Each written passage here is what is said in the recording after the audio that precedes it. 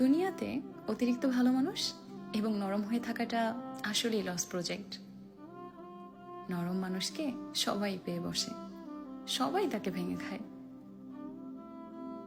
যতদিন আপনি কারো বাজে ব্যবহারের বিপরীতে তার মুখের উপর উচিত জবাব দিতে না শিখবেন, ততদিন মানুষ আপনাকে অপমান করেই যাবে। কেউ চর মারার মতো কথা বললে তাকে চরটা মেরেই দেওয়া উচিত।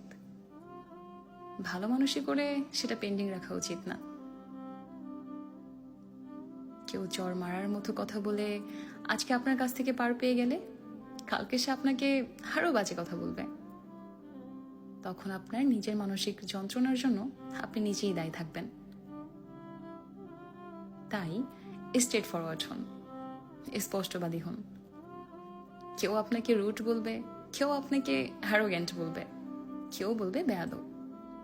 বলুক, মাঝে মাঝে নিজের আত্মসম্মান বজায় রাখতে একটু রুট, একটু অ্যারোগ্যান্ট হতেই হয়।